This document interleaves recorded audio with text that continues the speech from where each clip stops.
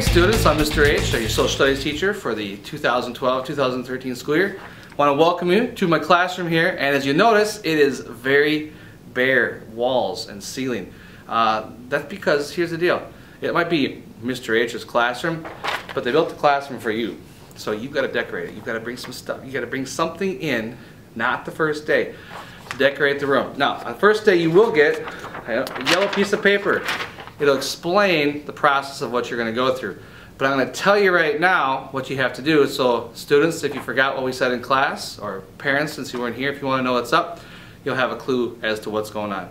So what students have to do is this. They've got to think of something to put in this room here that's obviously school appropriate, but that is a good artifact that symbolizes them, maybe something they've done, somewhere they've been. It could be a picture. It could be something that you got from your travels somewhere. There's a lot of different things people have brought in over the years. Obviously you don't want to bring something in extremely valuable, whether it's personal or monetary, but pick something that is going to be cool to have up in the room. A student, when they walk in, they're going to know it's theirs, and it can stay in the room the whole year. You'll get it back obviously at the end of the year, but it's got to be, you got to be willing to have it stay here the entire year. So there's some work you got to do with that. On the back of this yellow sheet, you'll see you got to dig some information out about this topic. You could go on the internet. You could talk to parents, family members, maybe who know something about it, who are with you when you got that. If you have books, magazines, whatever about it, or you can find information about it, you've got to do some research, and you got to keep track of where you got your information from. You have to cite your sources, is what we call that. You also have to answer some questions about this artifact that you choose to bring in. And you'll see the questions around here, but basically, you know, what is this artifact used for? How did you get it? What's the story behind the creation of it?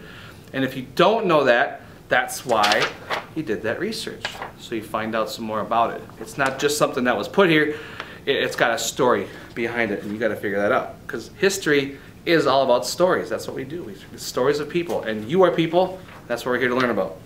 The last thing you got to do is you've got to ask some questions about this subject, about this topic. The more you learn about something, the more you know, the more questions you have. And I'm going to have you write down some of those questions.